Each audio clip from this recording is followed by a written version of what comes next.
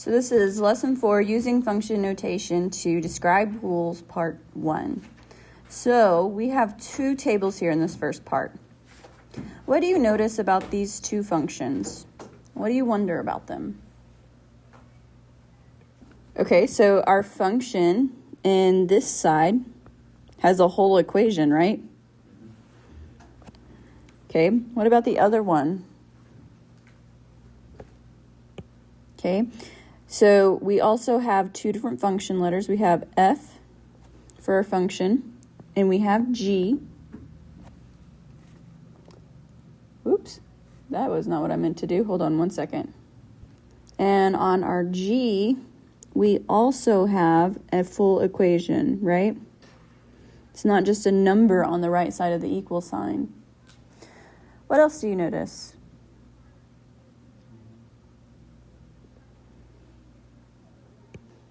Okay, so how do you think we got those numbers? Okay, so if x is 1, if I plug it in for this one, so we would have f of 1 equals 10 minus 2 times 1. What is 2 times 1? 2. 2. So I drop that down, so f of 1. What's 10 minus 2? Is 8. Is that what this value is right here? Oh. Yeah, it is. All right. Do you think that works for every single one of them? No. Yes. Oh, because it's a function. Because it's a function. So our input is our x. Our output is the function. So the f of x is the output. Yo. Okay? What else do we see here? Do you think it works for the g of x too? Yes. Let's try it. Which one do you want to try? No. We'll do 3. The 3? Okay, so we're going to try 3. So we're going to have g of 3 equals 3 cubed. What is 3 cubed? It's 3 times 3 times 3. Yeah, 3 times 3 times 3. What's 3 times 3? 9. 27. 9 times 3 is 27. So is that what we have right here? Yo. It is, isn't it? That's dope. All right. Yeah, that's cool, right? Let's go to 4.2. I have a question. How does this help me? All right, so I'm going to flip a page, but yours is on the bottom of this page. So we have input, cube the input, output. I don't know that you guys have this on your paper, do you? Okay, so how about we put that somewhere on your paper? So on your paper, you guys have 4 functions, and you don't have a ton of space, so maybe put it like right beside 4 functions and put input, arrow, output, input, arrow, cube the input, output. Which equation did that represent? Which function did that represent from 4.1? Which function did it represent? So that's going to be the g. This is going to represent the g of x equals x cubed. Okay, so our input, when we had 3, we cubed it, and we got 27. And that was our output, right? Mm-hmm. Yeah. All right, so here's what you have on 4.2. Here are descriptions and equations that represent 4 functions. So we're going to match these. So if I look at, let's look at A. To get the output, subtract 7 from the input, then divide the result by 3. Which function does that represent on the left? gx equals 3x minus 7. So to get the output, so my output is going to be whichever function. So instead of using one of these letters we have over here, let's say, somebody pick a letter that's not over there. K. Oh, wait. L. Let's say L of x equals, if I subtract 7 from the output, or from the input, sorry, what does that look like? Our input is x. So if I subtract 7 from my input, which is x, what is that going to look like? X minus 7. Then we're going to divide the result by 3. Oh. So what do? You put the 3 under it with the... Under what? Under x and minus 7 with the dividing... Under x minus 7. So which equation does this represent? K. K. Should we connect the dots? I mean lines. We can just connect it like that if you're okay with that. Just like when doing Okay. prayers. B, we have to get the output, subtract 7 from the input, and then multiply the result by 3. Easy. Gotta be G. That one is G. Why is it G? Because the x and minus 7 is in the parentheses. Okay. And they only like, trying to say it. You're on the right track. So the x minus 7 being in parentheses means that we do that part first. Yes, that's right. Then we multiply that result by 3. Yes, sir. All right. C, we have to get the output, multiply the input by 3, then subtract 7 from the result. Which one is that one? I'm pretty sure it's F. Pretty sure it's F. Why is it F? My guess. Because it multiplies the input by 3 and subtracts 7. Yeah, Yeah, like she that would be it. Because it multiplies the input by 3, the x gets multiplied by 3, then we subtract 7 from that result. So that leaves 1 left for D. So to get the output, divide the input by 3, and then subtract 7 from the result. Easy K. So it's going to be H. All right. I believe this is on your next page for number 2. We are going to do, and I think you guys have a little bit more space there on number 2 than I do on mine. So match each question. Oh, no, we did that. That was 1. My bad. 1 we did up there. 2. For one of the functions, when the input is 6, the output is negative 3. Which is that function? F, G, H, or K? And explain how you know. So if we plug in a 6, we could do that for every single one of these. What is 3 times 6? 18 minus 7 is? Is it F? No. No. For G, we can do 3 times 6 minus 7. What is 6 minus 7? 1. Negative 1. Oh, yeah, 3 times negative 1 is? negative 3. Negative 3. So I'm actually going to put over here, I'm going to put f of 6 equals. So f of 6 equals, because I want to make sure that we use function notation properly. G of 6 equals negative 3. Did I already find my answer? Yeah, but there could possibly be more. Yeah, there could possibly be more. So we're going to start with G.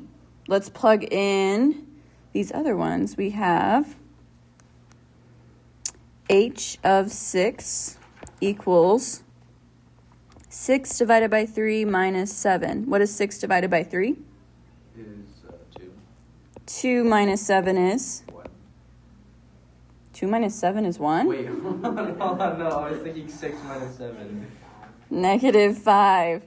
So it's not that one. Let's see here. Last one we have is k of 6 equals 6 minus 7 divided by 3. 6 minus 7 is?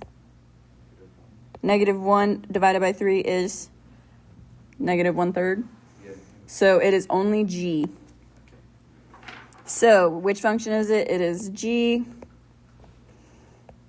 because when x equals 6, g of 6 equals negative 3. That's all you need to know. Explain how you know. When you plug it in, you get it. If you have to explain it on a quiz, if you do this part right here and show me that, then you will get full credit for it. Okay? All right. Which function value, f of x, g of x, h of x, or k of x, is the greatest when the output is 0? Or, sorry, when the input is 0. So when x equals 0, which function will have the highest output? So we can either plug it in again, or we can kind of try to deduce which one will be bigger. So if I plug in a 0 for 3 of x, or 3 times x minus 7, what do I get? Is my answer there? 7, wouldn't it? It'd be negative 7. Negative 7. So actually, I'm just going to write this out. Let's just do it. So f of 0 equals 3 times 0 minus 7. Then we will get 0 minus 7 equals... Isn't this kind of like what we did last semester? Because that's what it seems like. What do you mean? Like we did some where we plugged in numbers in the parentheses next to other numbers. Kinda. We'll have to look at what we did specifically. But we are plugging in like we were... Okay, so g of 0. Let's do 3 times 0 minus 7. 0 minus 7 is? Negative 7. So 3 times negative 7 is? Negative 21. Let me fix that. Okay. Which one is bigger between those two? F of 0 or g of 0? F of 0. Okay, let's do h of 0 equals 0 over 3 minus 7. 0 over 3 is 0. 0 minus 7 is? Okay, which one's biggest so far? H and F. H and F are the same, so they are both at the same level right now for being greatest. Equals, so we do 0 minus 7 divided by 3. What's 0 minus 7? Negative 7 divided by 3 is? Actually, I'm not going to write again because we're going to leave that as a fraction. Which one is the biggest now? Is it still F and H or is it K? F and H. Wait, no. Okay. It's K. So for the first part, when the input is 0, the greatest is K.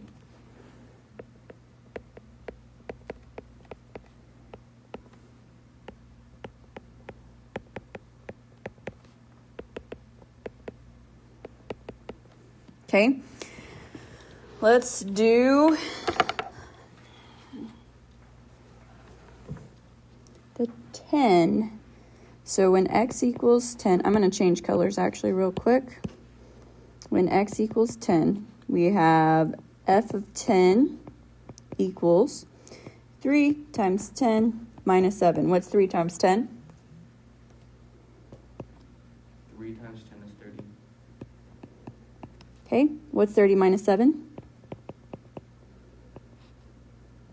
It should be 23. 23. Okay, now we have g of 10 equals 3 times 10 minus 7. 3 times, what's 10 minus 7? 10 minus 7 should be 3. Okay, 3 times 3 is 9. 9. Okay, is 23 or 9 bigger? 9. Oh, wait. 9 is bigger than 23? I don't know, man. I'm confused. You said if the... Yes, 23, I guess. I thought it was supposed to... I got it confused. I thought it was supposed to be closer to the 10. Okay. That's my excuse. Is it possible that 10 divided by 3 minus 7 will be bigger than 23?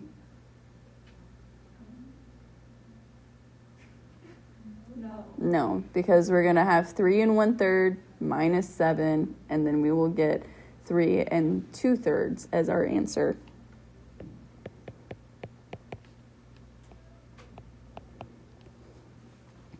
Okay, and lastly, k of 10. 10 minus 7 divided by 3. 10 minus 7 is? 30. 3. 3 over 3 is? 1.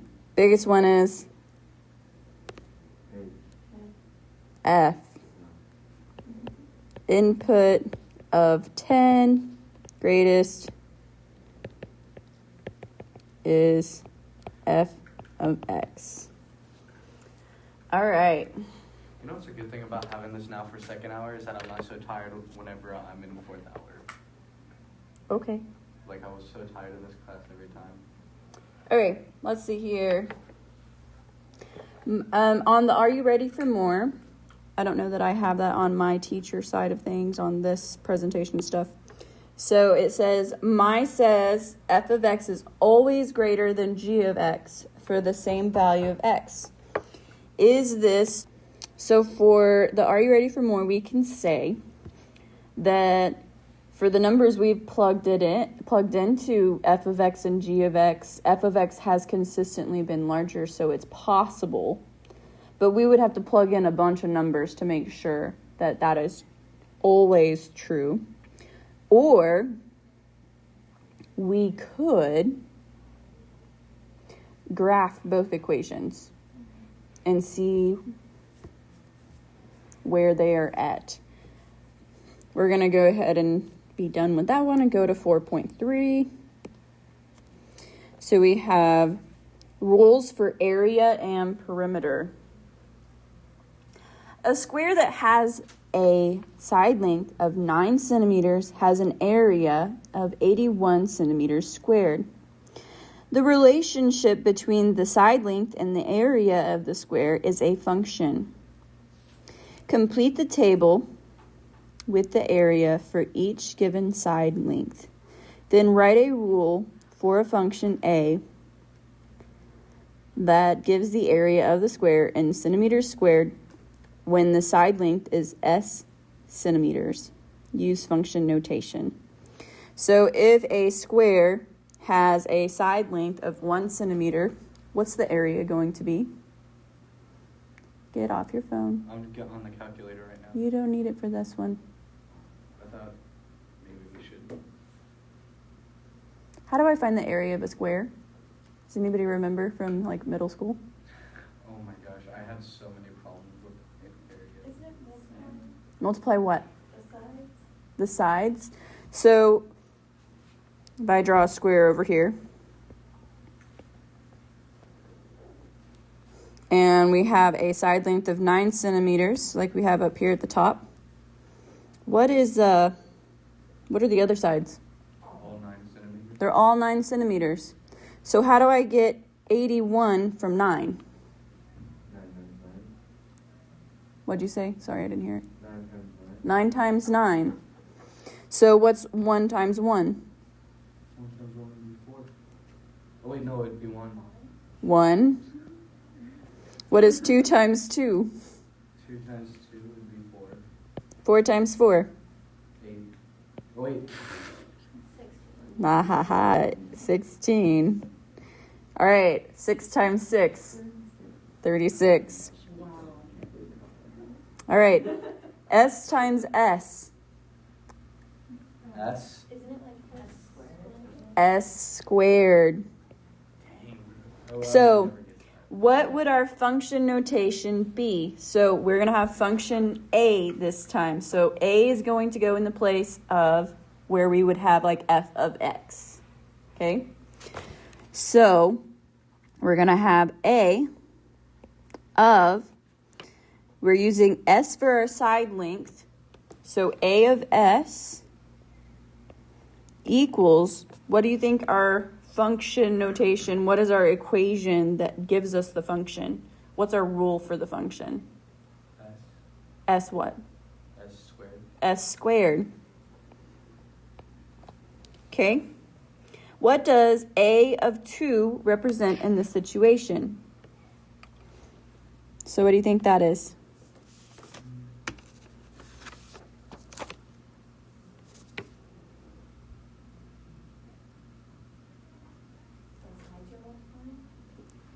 The sides you're more. The amount of sides like So you'd go like 9 times 9, so length and width. I think what it's trying to get us to have here is that a of 2 represents this right here. So it means the area of a square with side length, or with a side length of 2. Let's see here. It should be, and the value of that, what is the value of that going to be?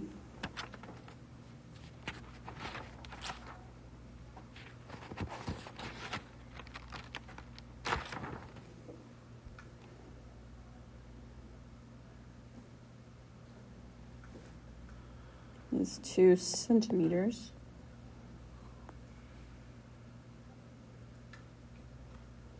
The area of a square in centimeters squared.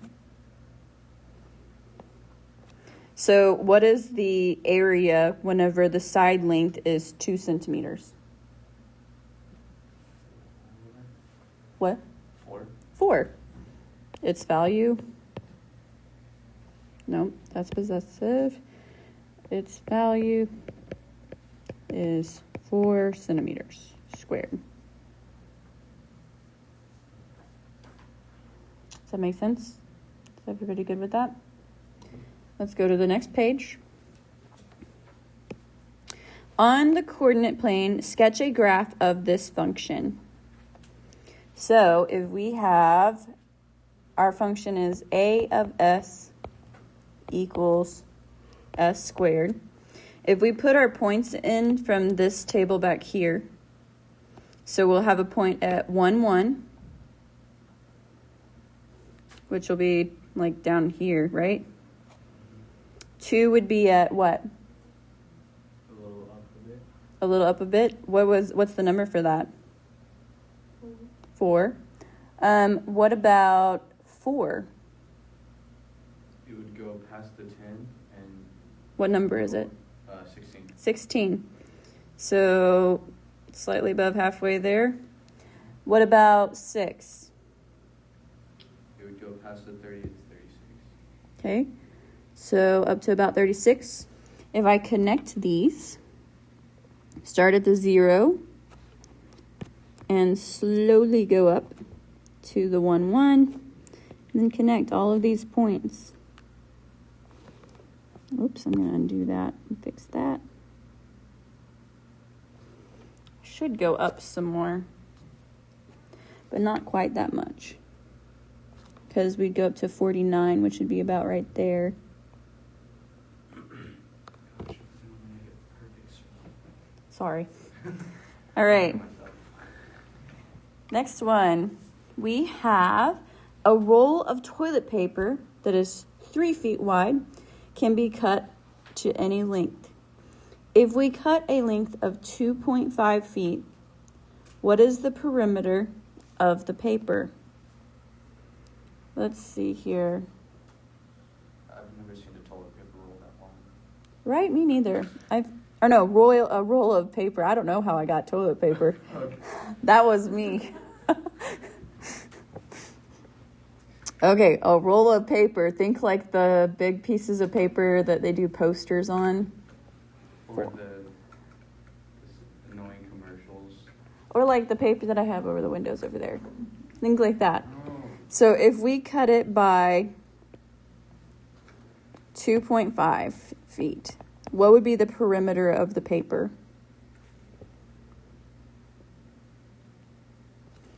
So we'd have a rectangle, right? What would our perimeter be? The same. How do I find perimeter? You add all the sides together. Or another way we could say that is to do,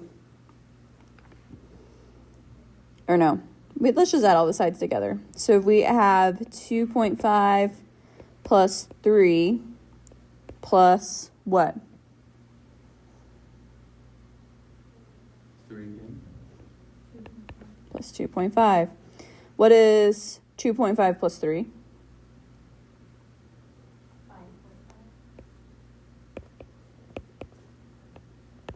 What is 5.5 plus 5.5? It should be. Okay, 11 feet.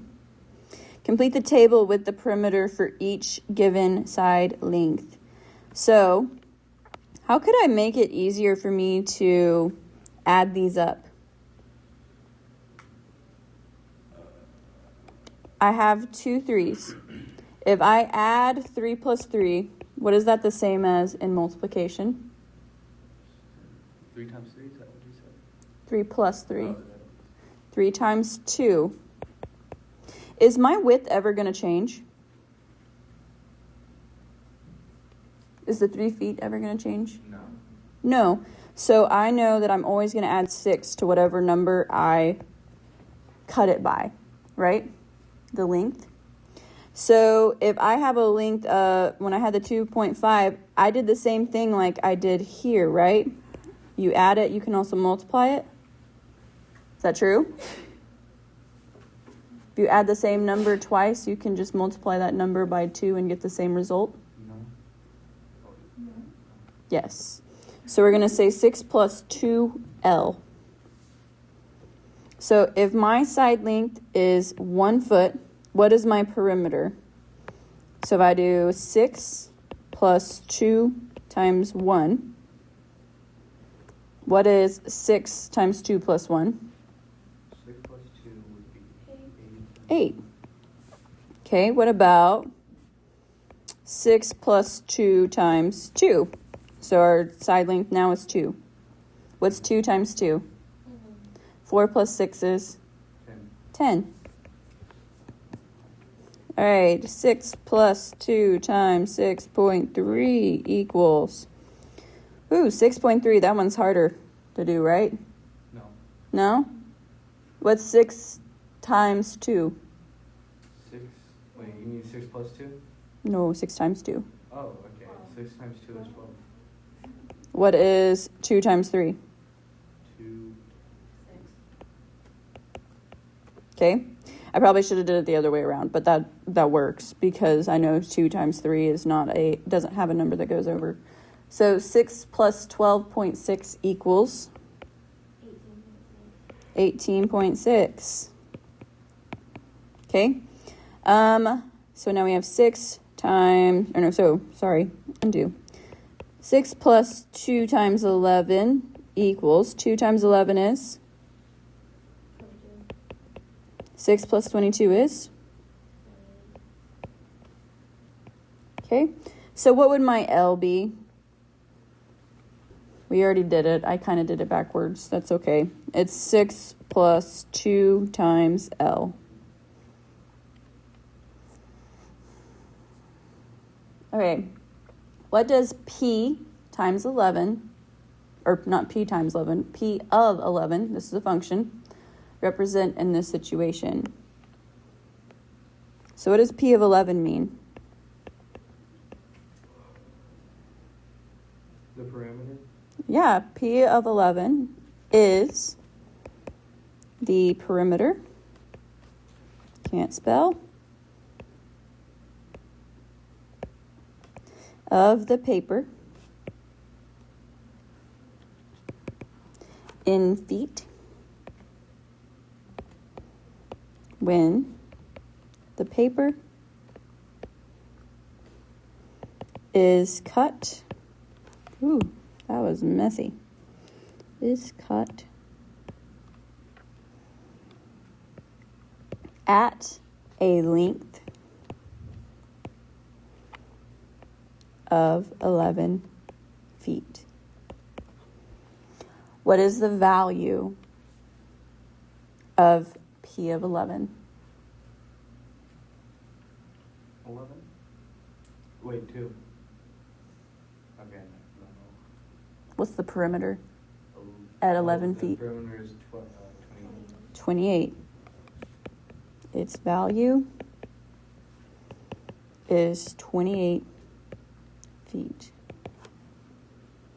All right, I'm going to go to the next page. Your graph is on that same page, isn't it? No, it's on the next page too. So, go to the next page. On the coordinate plane, sketch a graph of its function.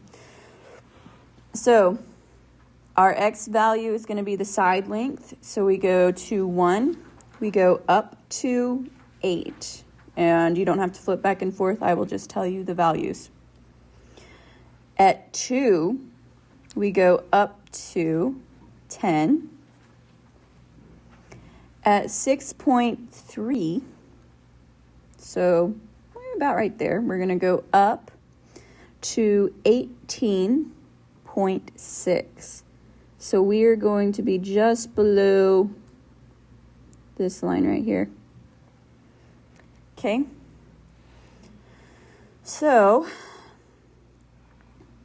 my line, I wanted to start around 6 because if I plugged in a 0 into my formula, we would start at 6. Is it possible for me to have a length of 0? No. No. So I don't want it necessarily to be touching that line, but I want it to be close to 6 because we can't have a perimeter of 0, or we can't have a length of 0.